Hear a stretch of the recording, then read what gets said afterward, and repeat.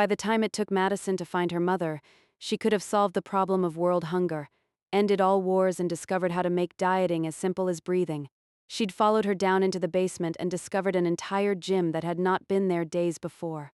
The view she walked in upon made her giggle.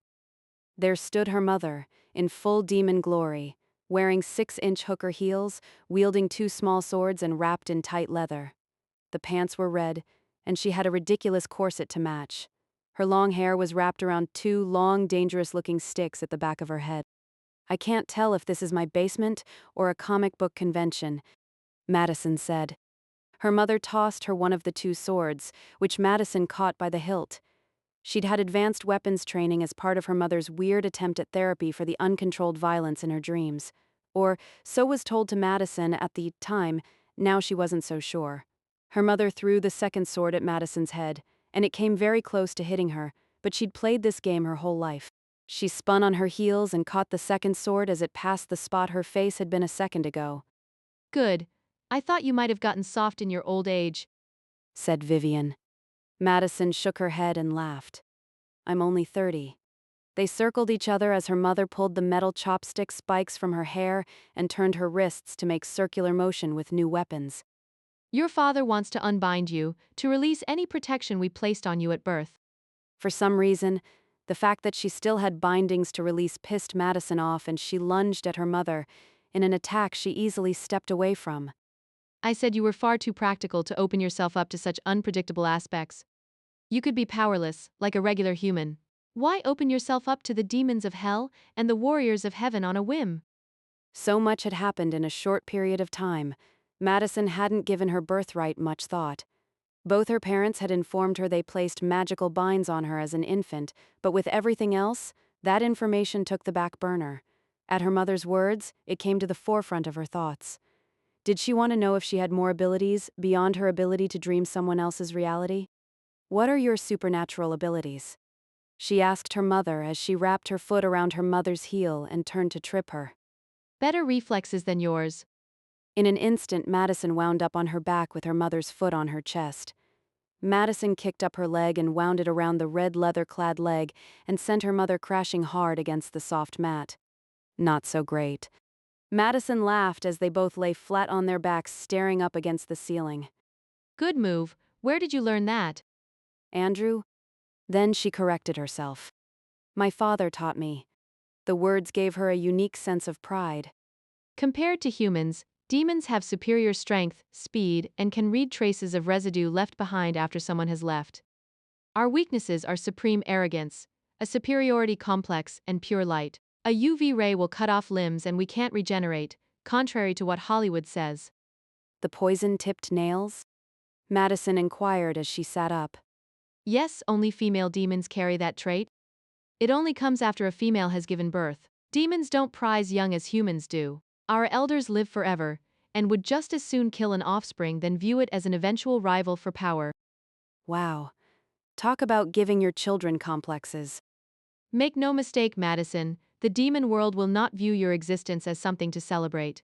Her mother sat up and scooted closer to Madison. She put her hand on the side of Madison's head and brought it to her shoulder. Then she rested her head on top of Madison's. "Would I get the cool red skin and moving ink tattoos?" Madison asked.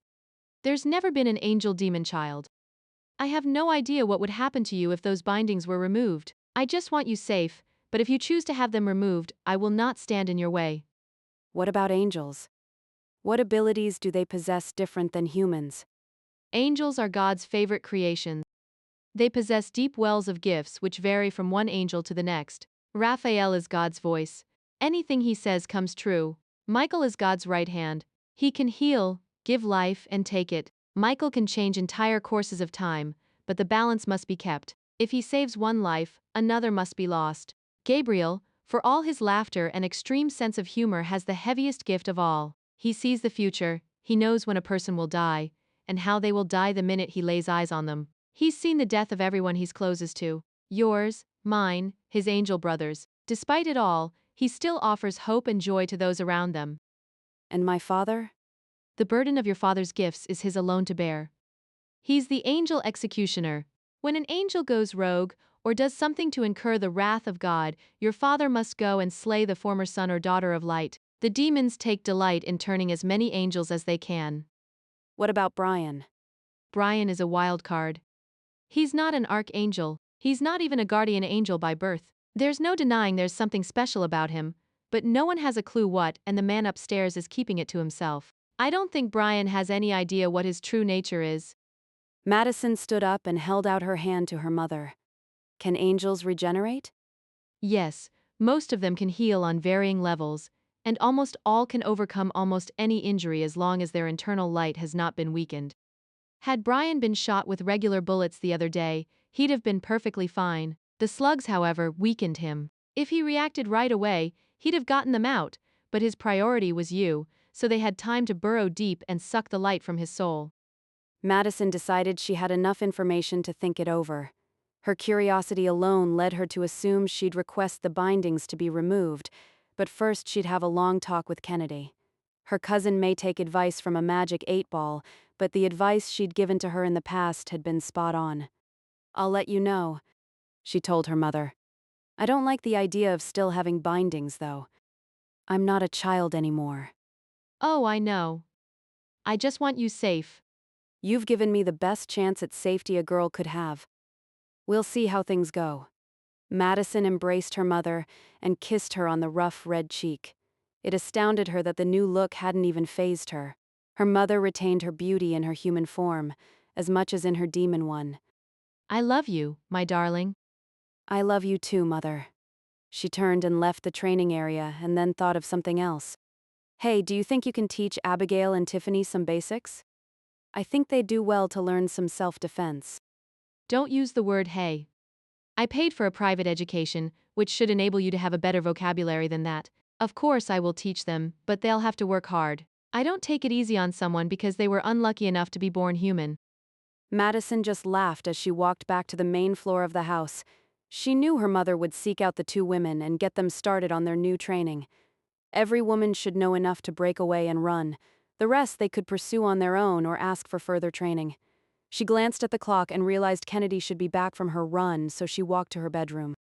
After she knocked a few times, Madison entered the room unannounced and looked around. Kennedy's clothes still lay on her bed. Maybe she was in the shower? Madison went to the next door and rapped on it with her knuckles. "Kennedy?" she called out. No answer. She opened the door and saw nothing but an empty room. 2 hours had passed since Kennedy had left that morning. As much as Kennedy enjoyed her morning ventures, she rarely ran for more than 1 hour. Madison went in search of her cousin and tried to keep her wild imagination from creating things to worry about. Why had they let her go on her run, unescorted, with a crazed monster on the loose? It had never even occurred to Madison to ask one of the angels to go with Kennedy just to be safe. If something happened to her cousin because of her oversight, she'd never forgive herself. The search spilled over to the outside after all the rooms had been checked. Tiffany and Abigail had fallen in with her and looked all over the grounds. Though no one said it, the fear mounted with each passing minute. Uriel and Michael joined in. Madison. Her mother's voice rang out from the back entrance of the house near the kitchen. The tone of her voice made her blood run cold. Madison took off running in the direction of the house. She met her mother at the door and knew something terrible had happened. "What?" she demanded. He's on the phone. Her heart sunk to the pit of her stomach. She yanked the phone from her mother's grasp and brought it to her ear. "Hello?" There's my little dream stalker now. It appears I have something you want, and you have something I want. "Where is she? Where is Kennedy?" She screamed into the phone, her grip tightening with each heartbeat. Temper. Temper now. I'll be in touch. He laughed in her ear. A cold, callous laugh filled her with dread. Then the phone line went dead. Oh God. Oh God, he has Kennedy. Her legs gave out as she slid to the ground. Arms grabbed her, but she couldn't have said whose they were. The monster had her cousin. Kennedy was in danger, and it was all Madison's fault.